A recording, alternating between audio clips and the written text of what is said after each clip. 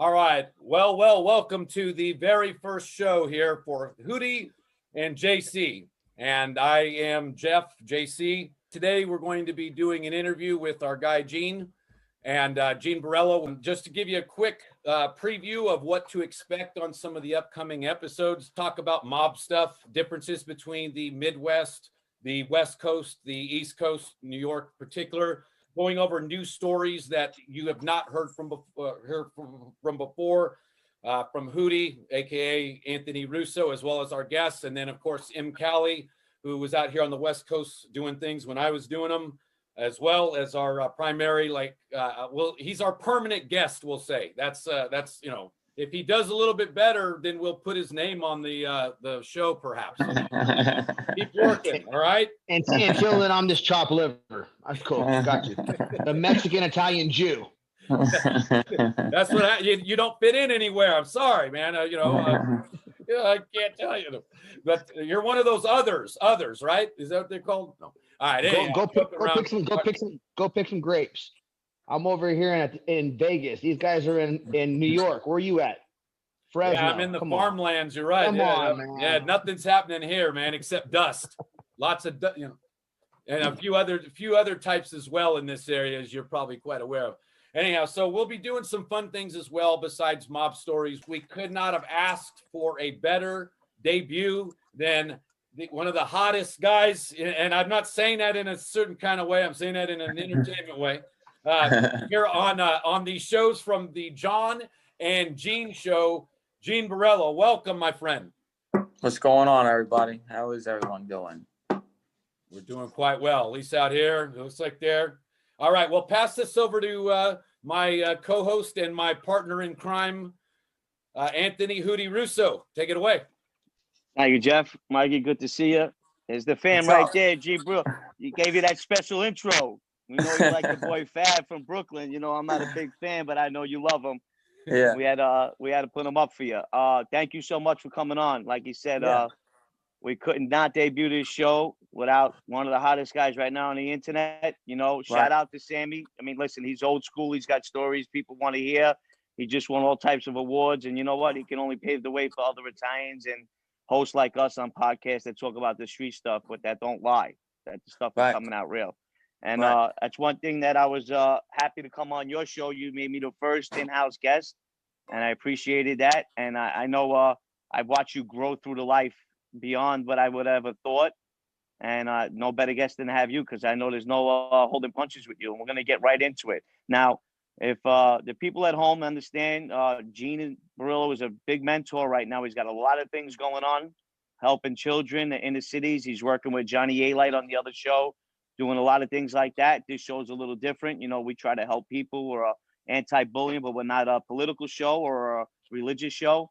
And we're going to go into Gene in depth that maybe some interviewers haven't, because I know him a little bit better. So he's not gloating because I'm asking the questions, and he's not going to lie. He's going to tell you the truth. So however you take it, just take it that it's honesty, raw honesty. Right. So, Gene, I go back with you a very long time. Even your namesake, last name, family, not even knowing your mother's side was Fat Andy. Didn't even know that at all. And you know, I grew up across the street from Fat Andy's house in the park that his sons ran. And there's one thing that I like you to explain to the audience that I've never heard you talk in any other episodes, how you always talk about your uncle, but in the streets, you never used his name to get out of trouble. You always handled your own business, and you carried your own name. You didn't use the Ruggiano name. You didn't use the Borrello name. A lot of people didn't even know that you were related to some of those Borrellos that were running around shooting at people in the 70s, 80s, and 90s. You know? Right. Listen, that's just the way it is. That's the way it was. Gene's cousin was a little older than me, and he was a Mad Hatter in his time. The same route Gene was going. So tell us a little bit about that, Gene. Coming up in the streets. What a lot of people don't, what I never really talk about, and I was telling you the other day, is how tough my uncle Albert was. Albert Ruggiano was one of the toughest guys in Ozone Park. And a lot of guys didn't know that. You know, a lot of people don't really know much about Albert, that he was probably he probably was the toughest guy by 88th Street Park in that area. And I'm sure you know that. This guy This guy was a knockout artist. He's one of the toughest guys around. And I never used any of their names. You know, when I was coming up, I had to make a name for myself, which I wanted to do. You know, I didn't want to be known as, you know, a privileged gangster, you know, related to someone, or use their names to get out of, you know, all the chaos I was doing. So pretty much, like I said, I know you since I'm a kid. I was selling drugs to you when I was like 15, 16 years old. And, you know, I kept escalating and getting worse and worse. You know, I mean, you know what happened. What you used to tell me? Man. Hold on. I know the phrase, cops buy keys. That's right. But you also, no, right. Something else. They do it out here too. Believe me, they do it out here too. That's a universal. That was later on. That was later on. What I seen in him as a young man was that he was going to be a hitter no matter what. Get out of the drug game. I couldn't sit still. He wouldn't sit still for nothing. I told him from day one, he was one of the only gentlemen that were allowed to come to my house. I never wanted nobody. Where my wife and children were, and, you know, my family, I never kept anything there. And Gene was one of the few that used to come visit me.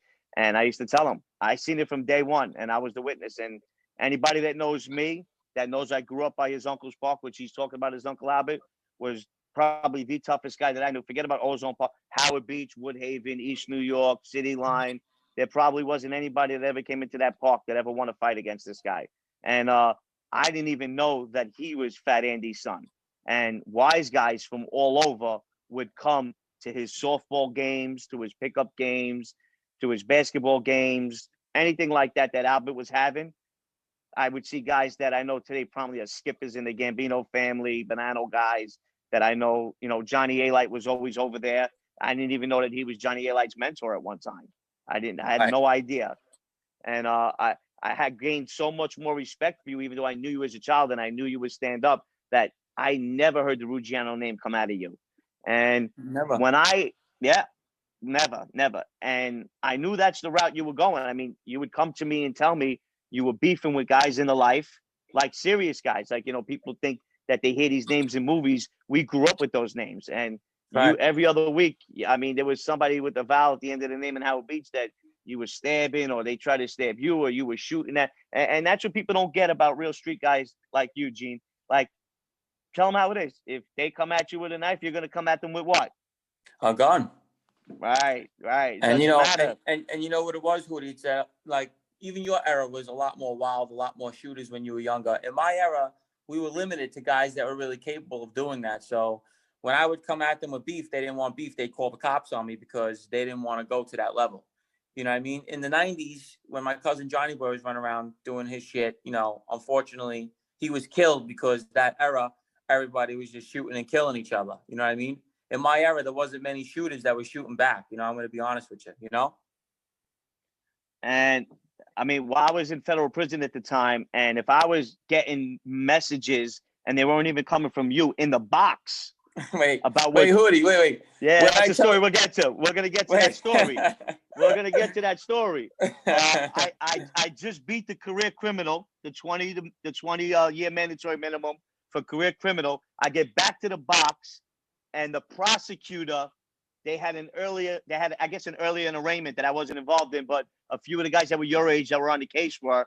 And you were walking around in the Southern District in a velour sweatsuit, and tell them this guy that we're bringing up right now is like going to be like the Attorney General of New Jersey right now. He's like up like Attorney General. This is the guy, and you got to understand where we were. It's called the Southern District. Now the Southern District isn't like the Eastern District, isn't like any other district in the world, because they go into Colombia, they go into Mexico, they go into Peru, and they take people and they bring them back to the Southern District and they put them on trial. It's probably the only stage in the country where they actually take these people from their other countries and put them on trial in America, which I find insane.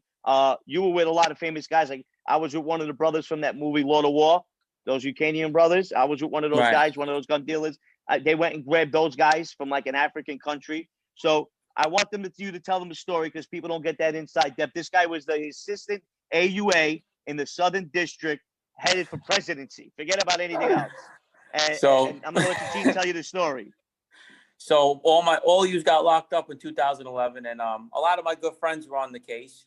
So at arraignment, I had went to arraignment, which I was still on parole, by the way. And I went to arraignment, and I was young, just wild kid, and this guy was just talking a lot of shit in the courtroom, talking about my old friends and saying things I didn't like.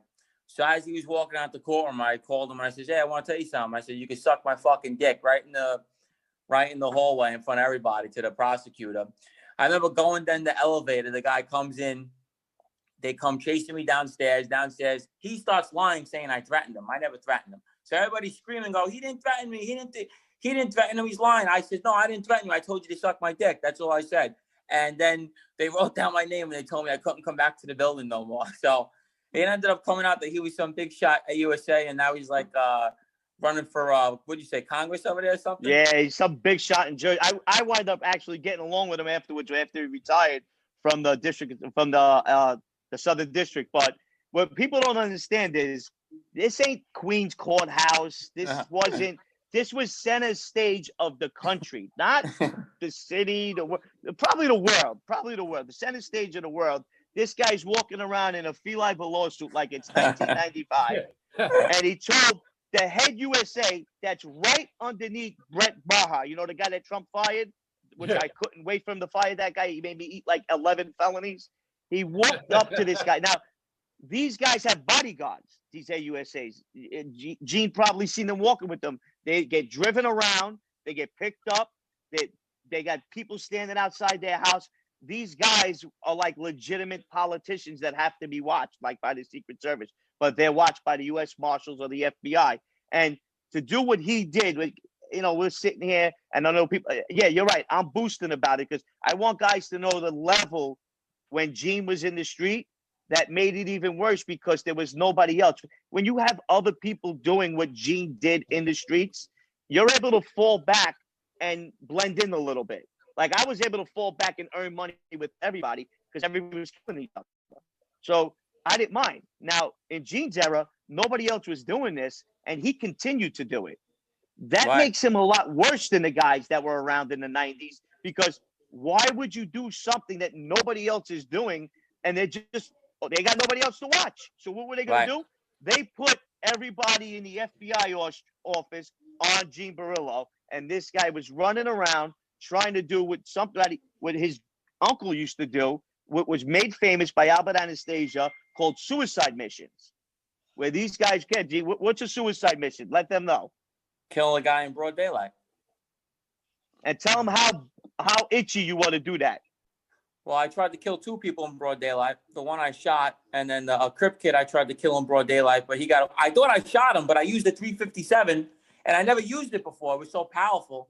So I tried to shoot him with the 357 in his head. I thought I hit him because he jumped on the floor, and somebody else I was with like, you got him, but I didn't get him. So I tried to blow his head off in broad daylight right by my social club, but it ended up, he got away. He ended up killing a cop and getting 25 years for it, actually.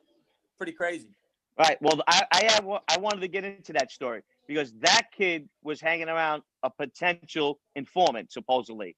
A guy that was giving information, and supposedly his father was a stand-up guy, which me and you know he wasn't. And he was supposed to be a stand-up guy. And then you wind up shooting at this kid, and he's a gang member. He has no business running around with this other kid who's supposed to be Cosa Nostra or wanting his father to be Cosa Nostra. And they're turning around and they're calling Crime Stoppers because that's what was going on with you. Gangsters and legitimate tough guys and knockaround guys were calling up Crime Stoppers on you. And then you get a kid like this that turns around because you didn't go after him. And I mean, this was broad daylight that you shot at this kid in front of your social club where you have to hang your head every day, which is so. What kind of repercussions could that have been years ago in front of a social club? Well, yeah. Well, I was yelled at. Vinnie did go crazy on me about it not because I did it in front of social clubs, because I didn't get him. So he was mad. He goes, now you left your enemy alive. He goes, now he can retaliate. He goes, what the fuck are you doing? So he was more mad that I didn't get him than anything. Old school mentality. And tell him who you're talking about there. Who told you that? Vinnie Asaro, he was one of the most feared Banano captains, maybe one of the most powerful captains of all time for the Banano family. Mafia icon, legend. 100%. He was one of the first guys I met besides Sonny Francis when I was a kid. And by far, he was actually, we used to call him the boss of the neighborhood. Before John Sr. we even knew what John Sr.'s name was. Vinny Sarah to us was the boss. Right. Was a boss in his own right. Right. His right-hand man was Jimmy Burke. You know, he's golf to his kids. That was his crony. They did the Latanza together. They were killing everybody together. That was his thing, you know? Well, that goes to just show you, because we all know how Jimmy Burke was. He didn't care about nobody. Nobody. He and that was everybody. That was Vinny's best friend. They were best friends. And I heard, I'm pretty sure, I mean, you could clarify this more than I can. Vinny was on tape talking about how much Jimmy actually gave him from the score. Yeah, 800,000. Okay. And that man wouldn't part with a carton of cigarettes. Right. I mean, right. Yeah. I mean, right. They whacked out Foxy, right? He was John Sr.'s best friend in life. Yeah, they killed everybody. Yeah. So, well, they actually a lot of people don't know that Maurice Wiggs was buried on Vinny Asaro's fencing property. Exactly the stuff I want them to know about, the stuff that you didn't get to tell people. Right. So Maurice Wiggs, they found his body on Vinny's fencing where Vinny Asaro's old fencing company was. That's where he was buried. Now, that was an old place on 88th Street between Rockaway Boulevard and 101st Avenue. They used to have a fence company called Astro Fence Company that his son Jerry ran. And supposedly that's where, which I didn't even know this coming up in the life. You knew because you had the inside depth on the Bonanno crime family. They trusted you. I think probably, I've never seen Vinny trust anybody. How about that? Yeah, and, you know, watching from afar, everybody was, you know how everybody's a rat. Right. Everybody's a rat. Don't talk to that guy. He's a rat. Don't talk to. You know, I can't believe how many guys you would walk up to in the racetrack, legitimate guys, and call them rats. Don't talk to that guy. He's a rat. I'd be in a middle conversation with a. Hey, listen. I'll tell you how crazy it is. Him and my grandfather didn't talk for 20 years over $300. All right. So there you go. All right. Here's a guy that was getting 800. There's a guy that was getting 800,000 back in the 70s. He didn't talk to a guy for 20 years over 300. And this was Fat. And this was Fat Andy's brother-in-law. Right. Yep. Yeah. The man didn't give a fuck about nobody. I remember I was talking I knew a guy. It was about 30 years I knew this guy. I never even knew the guy to commit a crime. And we're in the racetrack, and he walks by, and he goes, "Hoodie, don't talk to that guy. He's a fucking rat." Right to the guy. The guy's standing right next to me. Plain and simple. 2:00 in the afternoon. Putting his bets in. The guy was fearless, and he definitely was a legend. And you got to come up around this guy and learn the ropes where, besides me, I don't know anybody else that came up, and even the guys I came up weren't in depth in the life as much as Vinny was. You had an inside teaching that people would pay money to learn the things that man's mind had known and learned. Well, that's why when people say things in front of me, I know right away. I pick up on the lingo. You know, I pick up on certain things that I know if they're legit or not. Whether I was a wise guy, a skipper, whatever I was, I learned from him. That was another thing that I wanted to bring up because. And maybe people think at home, maybe I'm talking too much, but I'm trying to bring out the information that people aren't hearing about you, that they don't know. I went from knowing you, I tried to put you into the drug game. I wanted you to sell drugs. I wanted you to prosper like that because I seen how profitable it was while everybody was killing each other. And I was friends with everybody and I was making money. And, but it just wasn't your thing. You were stabbing guys. You were fighting baseball. But there was no stopping. You weren't freezing. But I wanted people to know at home the transformation that I seen, how you went from a hoodlum to a legitimate Cosa Nostra member. I don't care how many times they proposed you and you didn't get it, who shot you down. You were Cosa Nostra by your own right because the way you spoke, the way you carried yourself. We were actually in a situation in the summertime and I had no idea what was going down. You know what I'm talking about by the building. Right. And you put me onto it within seconds. I mean, I got out of the car and I went up to. We were in a situation and I had no. He was picking me up, and I was getting dropped off on the Bell Park. I watched everything. And there was a guy sitting on us, and I had no idea. And I'm home 4 years with my head on a swivel at the time, and he was fresh, not even. And he seen this guy sitting on us. I couldn't even tell you when he picked him up. By the time I know we made the turn, he told me about the guy. I jumped out on the guy, and He had all the equipment on him. He was sitting on us. I couldn't tell you what it was for. You know, he looked like he was calling the cops. I couldn't tell you, but sharp as an ant, sharp. And he was a street kid his whole life, and I don't ever know him to have a job or work. And these are the things I want our viewers to hear and understand. I like I said, I know you and John are doing a lot of mentoring, and I'm not looking to hurt the John and Gene show because you guys got me started, and you know, you guys had my back since day one. And you know, I love what you guys are doing, and I always stand behind you. But I want everybody to know at home, and I seen the transformation. You went from a street kid, from a hoodlum. You were a hoodlum. That's what you were. You were running the streets wild. And by the time I seen you again, you knew how to set up scores. You knew how to sit on guys. You know how to get guys. You know how to hit guys. And I'm not talking about hit guys with their hands. Hit when you're going to get somebody. I mean, right.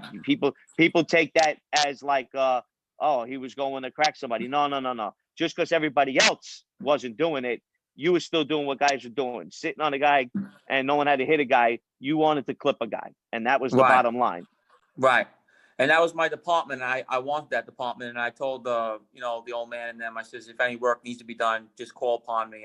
I'm always available for that. And that became my role. Any violence, I like doing it. But I wanted to bring something up also that I always wanted to talk about with your situation, your case. There's a guy that you were under. He was a skipper. He's been a captain since he's 10 years old, maybe. I don't know. And Al Trucchio. It's so funny because I looked up to the guy. He looked out for me in certain situations and everything, and I was always cool with him. But they label rats and they say all this stuff, and they called you names, and all you did was step off a global plea, basically. But they don't label other guys rats that do things in open courtrooms and do all this stuff. How come nobody calls him a rat for saying that he didn't take drug money, but Tony and Mike Rock did in open court? Can you answer that for me? Nobody can. And I can't wait to run into somebody because, as you know, I'm in the neighborhood 3-4 times a week, any chance I get. And right. I heard he's out on Long Island. I'm looking to run into him myself. Right. And because he legitimately, that was my case. And at his plea deal, in front of the prosecution, in the Southern District, in front of the lawyers, in front of the judge and the judge's clerk, he literally, now we went into the life together at 17 years old. I knew his father much longer. He literally gave up guys that he knew since he was 5 years old of being drug dealers that he forced to get straightened out. One of them didn't even want to get straightened out. He was working in the airport in import-export.